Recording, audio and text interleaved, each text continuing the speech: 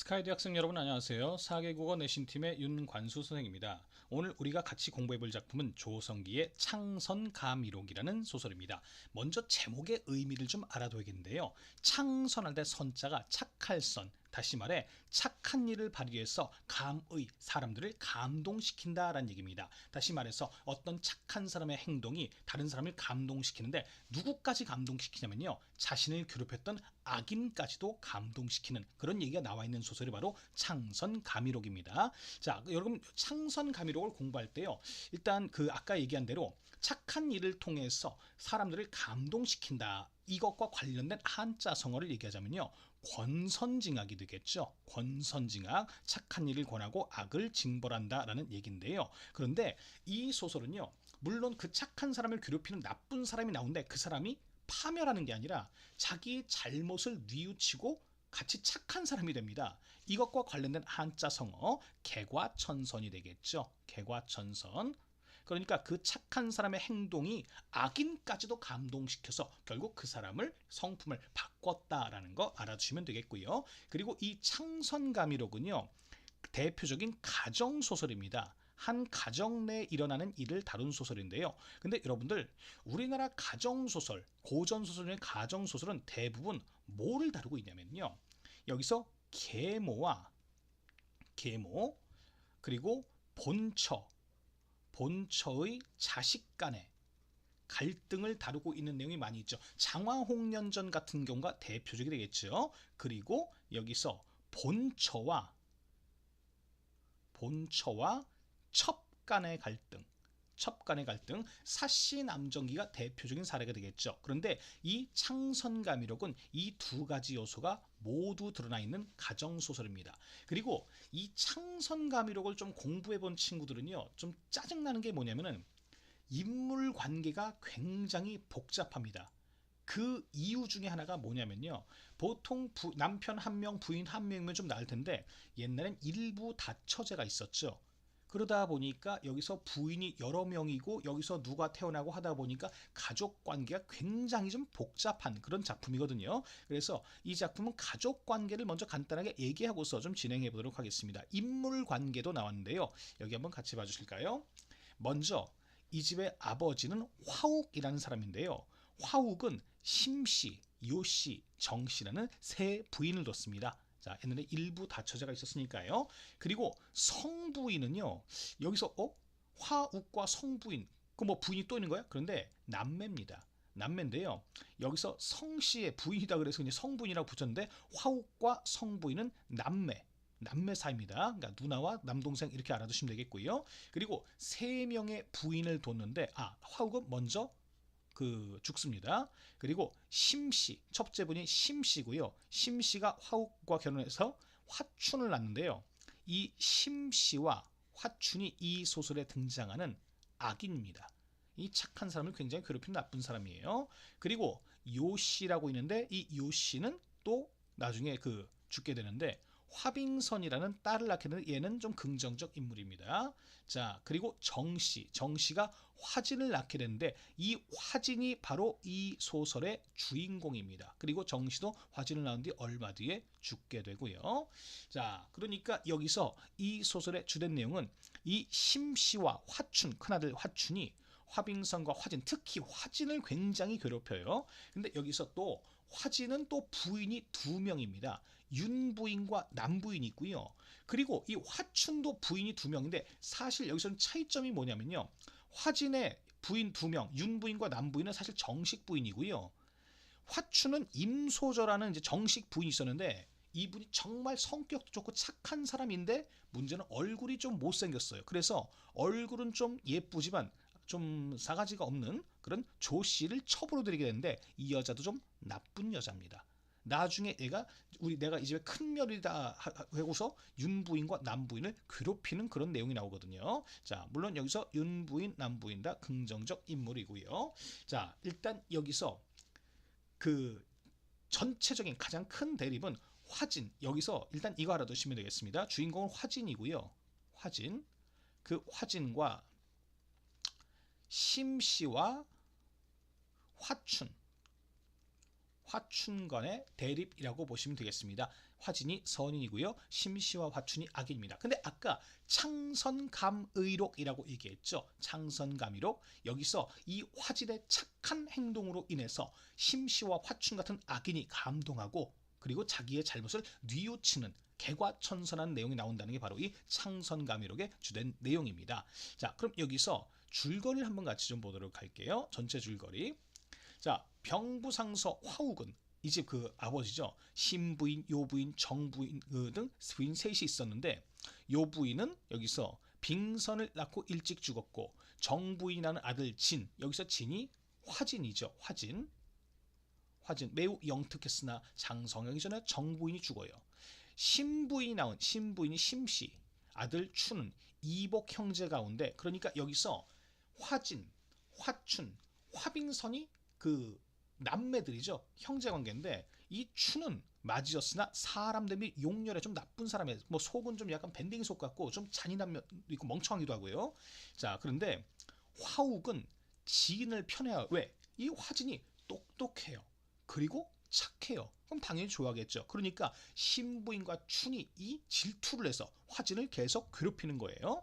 그리고 화욱은 조정에 간신히 득세하는 것을 보고 벼슬어 물러나 고향으로 내려와서 맏아들 춘에 청혼시켰지만 자, 여기서 이 춘을 그 임소조와 결혼을 시켰는데 빙선과 아들 진은 정혼, 그러니까 혼인 약속만 하고서 결혼식은 못 올렸는데 그 전에 죽고 말아요. 그리고 화욱이 죽은 뒤 신부인과 화춘은 가진 방법으로 화진과 그 아내를 학대해요. 아내들이죠. 정확히 말하면 윤부인과 남부인이죠. 그런데 여기서 이 속에서도 이 괴롭힘 속에 화진이 워낙 머리가 좋으니까 과거 시험을 봐서 장원 급제를 하게 돼요.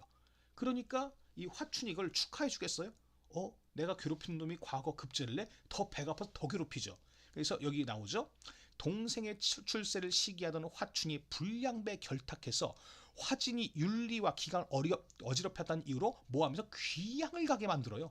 그러니까 뭐 내가 싫어하는 애가 사실 어떻게 보면 뭐 이복 동생이라지만 동생이잖아요. 같은 아버지에게서 태어난 동생인데 나는 벼슬도 못하는데 저놈이 벼슬해? 어이 재수없어. 그러면서 모함해서 귀양을 가게 만들어요. 그리고 아내들도 다 내쫓는데요. 근데 화진은 그리고 아내들도 신부인과 화춘에서 조금도 원망하지 않는다. 너무 착한 사람들이죠.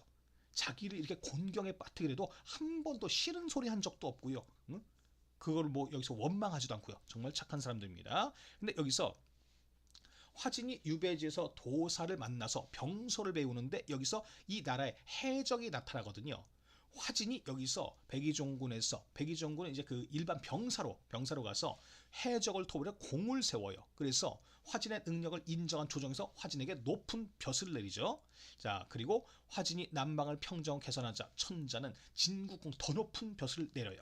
자, 이 와중에서 결국 이 화진을 괴롭혔던 그 신부인과 화춘도 자기의 잘못을 뉘우치고 착한 사람이 됐고요. 그리고 여기서 쫓겨났던 아내들도 다시 돌아와서 함께 행복하게 살았다. 전형적인 고전소설의 결말이죠. 행복한 결말로 끝난다는 그런 내용입니다. 자, 그럼 여기서 주요 지문 한번 같이 보도록 할게요. 여기 이 부분은요. 화진이 장원급제를 한 부분입니다. 장원급제를 한 부분인데 여기서 심시와 화춘은 장원급제를 한 이 그 화진을 축하하는 게 아니라 배가 아파서 괴롭힐 궁리를 하는 그런 부분이 나와 있습니다. 자, 한번 같이 볼게요. 자, 황제께서 장원급제한 화진을 올라오라 해서 만나보시고 기뻐하시면서 여황후를 이룬 후 짐은 마음이 아팠소. 여양후는 화진의 아버지 화욱이거든요. 화욱이 죽고 난 마음이 아팠는데 이제 여양후의 아들을 보니 누구죠? 화진이죠. 화진을 보니까 기린의 자식 봉황의 새끼처럼 범상찮소. 여러분, 이 기린이요, 그 아프리카에 사는 목이 긴 기린이 아니고요, 상상 속의 동물이고요. 봉황은 또 상상 속에 나오는 그런 새죠. 그러니까 뭔가 심상치 않은 인물이다. 야, 너 아빠가 훌륭한 사람이었거든. 너도 보니까 참 훌륭한 사람 같다. 이런 얘기죠. 자, 그런데 여기서 같이 여기서 과거에 급제했던 성준과 유성양 뭐 각각 병부 원활하게 됐는데 성준은 그 화진의 고모인 성부인의 아들입니다. 성부인의 아들인데 이 사람들은 이런 얘기를 합니다. 아, 저희 집이 그 좀 멀어서요. 서울에 와서 벼슬하기 어려웠고 저희가 아직 공부를 많이 못했어요. 저희는 여기 좀 한간고을 좀 태수, 한갈고을에 뭐 사또 이런 게 돼가지고 공부를 좀 더 했으면 좋겠어요. 그랬더니 여기서 그거를 이부 상서가 허락을 합니다. 자, 근데 여기서 여기 뒤에 봅시다. 이제 성부인 얘기가 나오는데 성부인은 화욱의 누님 그리고 여기서 화진의 고모가 되겠죠. 그러면서 조카 아들과 아들은 이제 여기서 성준 그리고 조카 두 사람의 등을 어루만지면서 이렇게 얘기하죠.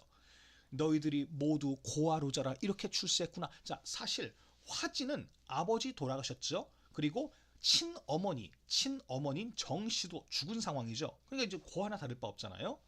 근데 엄마 아빠 다 이거 이렇게 출세했구나. 먼저 간 사람, 여기서 먼저 간 사람은 화진의 아버지 즉 화욱이 되겠죠. 이를 안다면 땅속에 환하게 웃을 것이다 라고 얘기를 했습니다.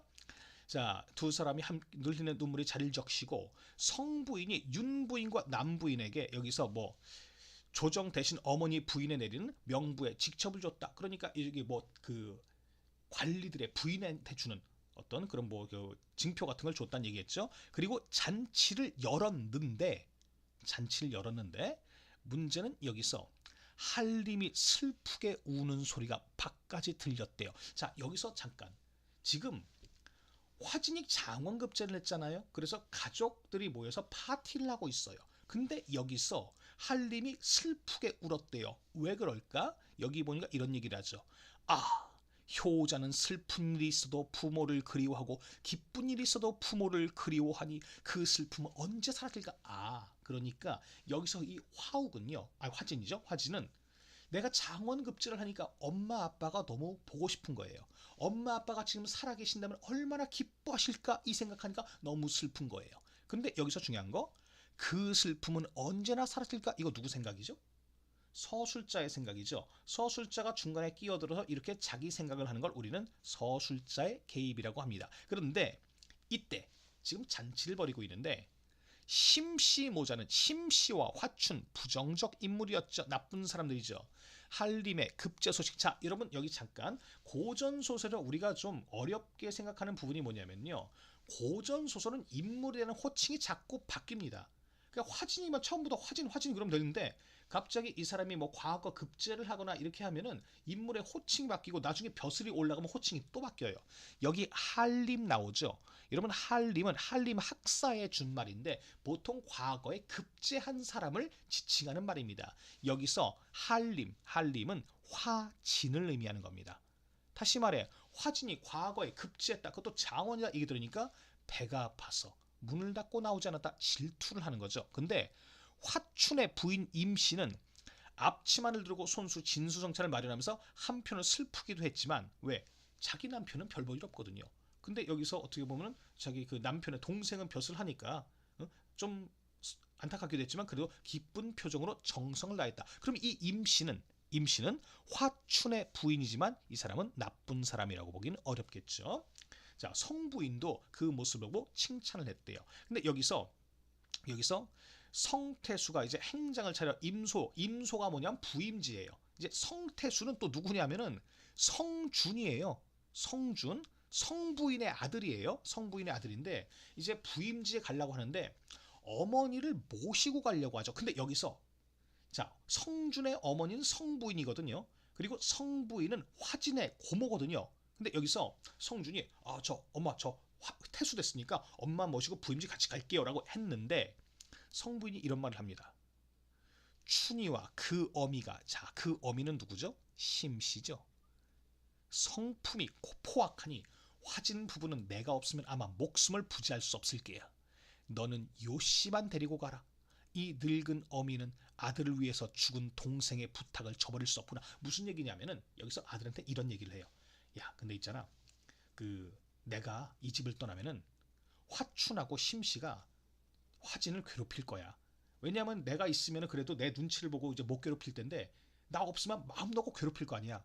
나는 내 남동생하고 약속했거든. 화진이를 지켜주기로. 그래서 나는 못 가겠다. 네 부인만 데리고 가라라고 했는데 성태수가 울면서 얘기하죠.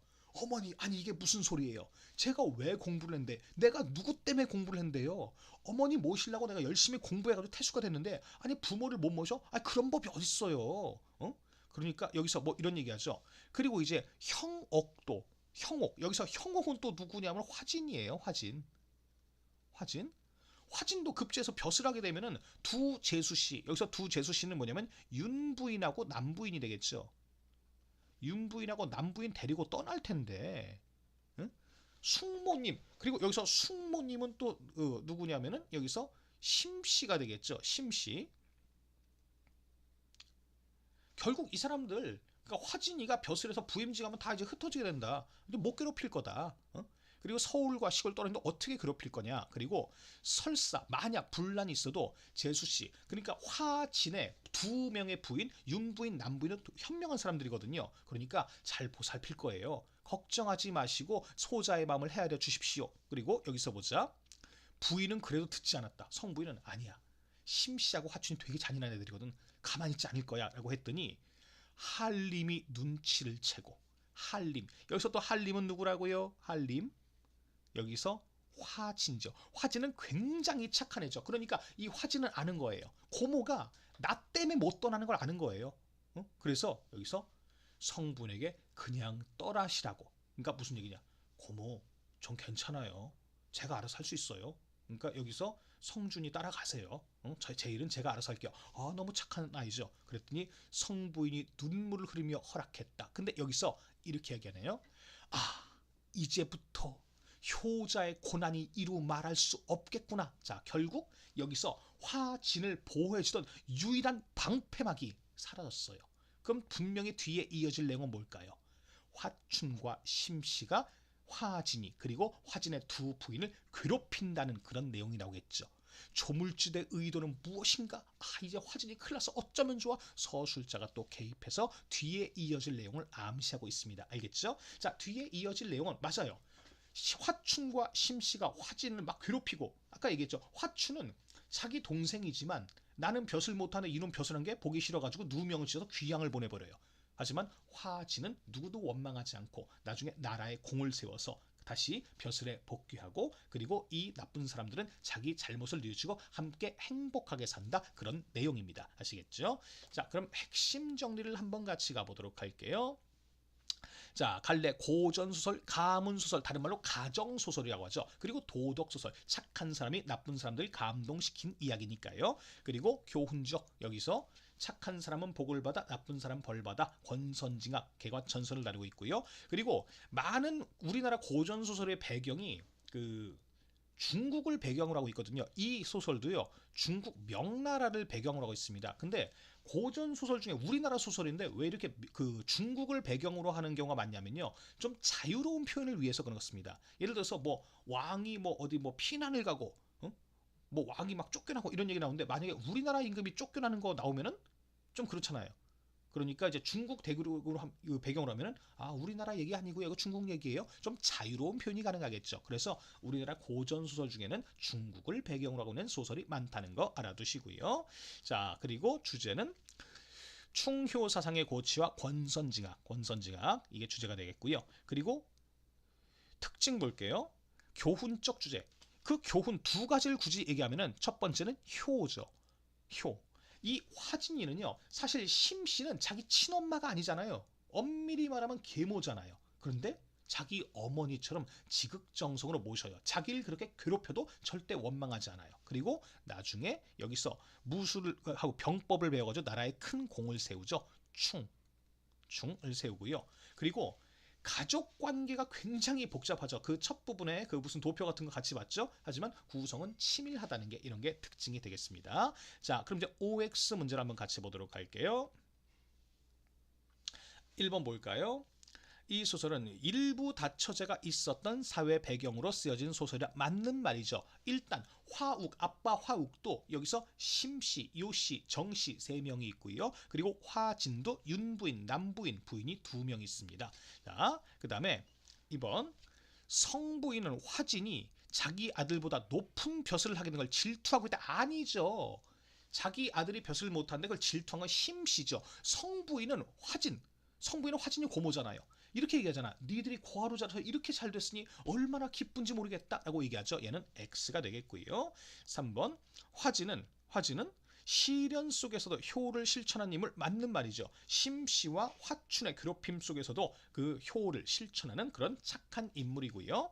4번 서술자가 작품에 개입하여 자신의 생각을 드러내고 있다. 서술자의 개입이 있죠. 조물주의 의도는 무엇인가? 앞으로 고난을 받게 생겼구나라는 거 맞는 말입니다. 5가 되겠고요. 그 다음에 기이한 사건을 통해 인물의 선량함이 부각되고 있다. 인물의 선량함은 맞지만 여기서 기이한 사건, 비현실적 사건은 나와 있지 않습니다. 얘는 X가 되겠네요. 자, 그리고 이 창선가미력 같은 경우 만약에 내신에 나온다면 그 가족 관계에 대한 문제 나올 수 있거든요. 그래서 가족 관계, 그리고 고전 소설 읽을 때 인물에는 호칭, 여기서 뭐 한림 얘기 나온 거, 한림은 여기서 화진을 의미했고요. 뭐 성태수, 성준을 의미했고 이 인물에 대한 호칭 이런 거 잘 따라가면서 내용을 파악하시기 바랍니다. 자, 오늘은 여기까지 하겠습니다. 수고 많으셨습니다.